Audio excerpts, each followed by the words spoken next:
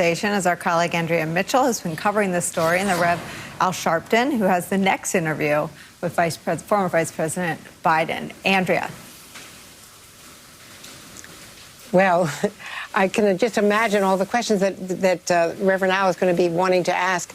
That was a very tough interview that Mika did today and went through a lot of things that a lot of people have been wanting to know. And Joe Biden came out and was very forceful in his denial.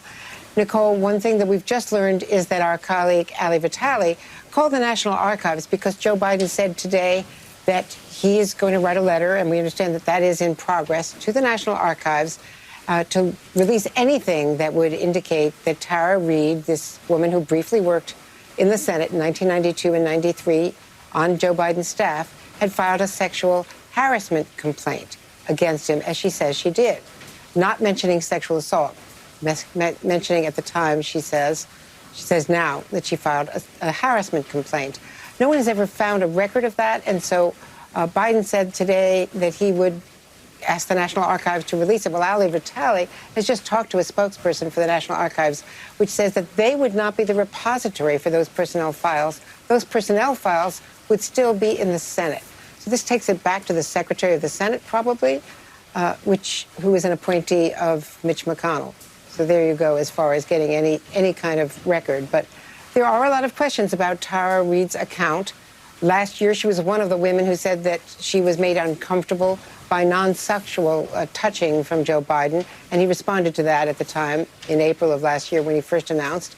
It was only this March that she first said publicly that there was sexual assault. NBC has looked into the 5 people she told us to contact, who she said she told at the time, and only one of those 5 said that she had told them that it was sexual assault at the time back in 1993, and that person would not let us use her name. So there are discrepancies in the account. We're still working on that.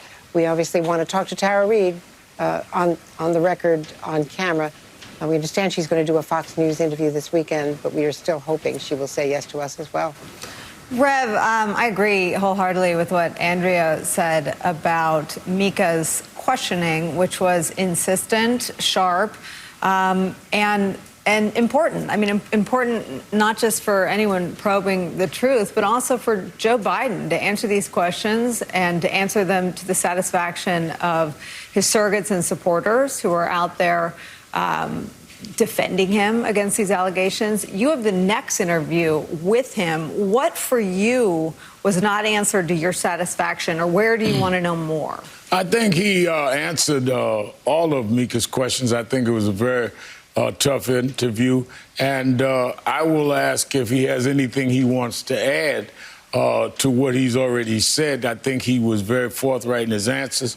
I think that we have to take the allegations seriously, and I agree that we have to vet them just as seriously.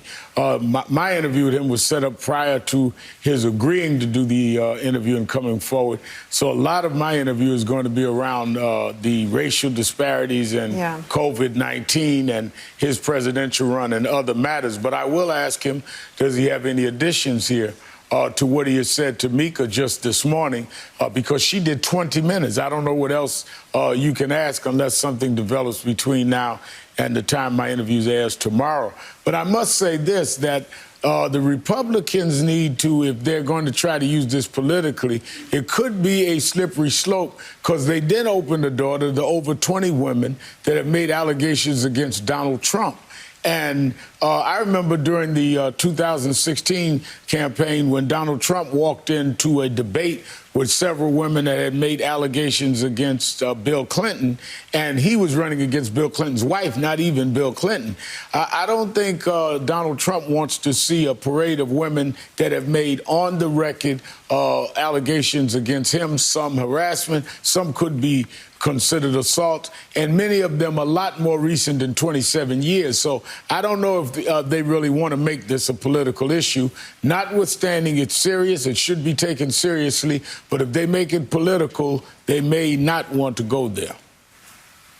Andrea Mitchell, the Reverend's right. Indeed, all of this gets wrapped up in election year politics. How do our customers, our viewers, the folks watching, the folks who are ultimately going to have to make decisions, How do they process the whataboutism? How do they process this vis-a-vis what's been reported about the incumbent president?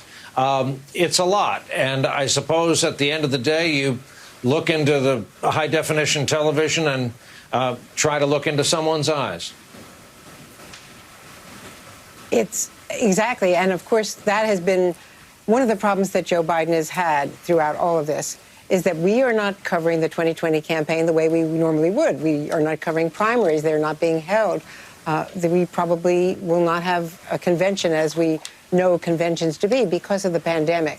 So he's at home and sheltered and doing online town hall meetings, but not campaigning the way he would normally campaign. And I'm not out there asking him questions on rope lines the way I would love to be asking him questions.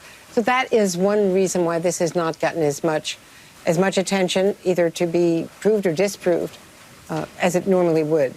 The other thing about this is that Joe Biden was very out front in saying that women who make these sexual assault complaints, and he said this in the case of Christine Blasey Ford, should be believed. And now the Trump campaign is going after him, Don Jr. and the campaign, and Kellyanne Conway, and saying, this is a double standard, you're a hypocrite. And he answered that today to the point where he's saying, look, what I'm saying is that women should be listened to and that the claim should be investigated. And in this case, I'm telling you that the claim is not true, but that women should be respected. So he's trying to walk that line. The problem that the Trump campaign has in going after him so hard today is the president went on a podcast and expressed sympathy, if you will, for what Joe Biden is going through. It's sort of, a double backflip, but he's saying, well, I know I've been accused unfairly, and so he's got to fight his own battles, but I kind of, relate to what he's saying. Of course, that disputes the fact that at least 12, if not 23 women have credibly accused him of a lot of things, including one specific rape allegation, and he's denied all of that, but there are some credible allegations that he's got out there. Andrea Mitchell and Rev. People are going to have to just decide. Exactly. I'm actually, Andrea, to your point, I think that this is a year without campaigns, without a campaign trail, without a campaign press corps.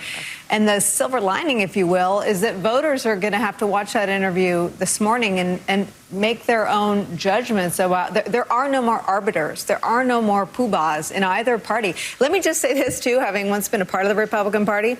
The right isn't running an intellectually honest operation to get to the bottom of whether Tara Reade was victimized. The right is running a smear campaign against Joe Biden. The right wants to create some sort of equal playing field on which Donald Trump's more than 24 or nearly 24 accusers sort of have some company on the other side. The right is not running the same operation that the Democrats are running, which is to try to, as you just articulated, Andrea, have some consistency around statements that I think just about every elected Democrat has made about women in the context of the Me Too movement. So, as I said with Kayleigh McEnany, everyone should proceed with caution about statements made around this on the right. Andrea Mitchell and Rev. Al Sharpton, thank you both for spending some time with us. You can watch the Rev's interview with Vice President Biden tomorrow at 5 p.m. Eastern on Politics Nation. Brian, what a busy way to end the week. No rest for the weary, right? Yeah, confused and fraught stuff, at least.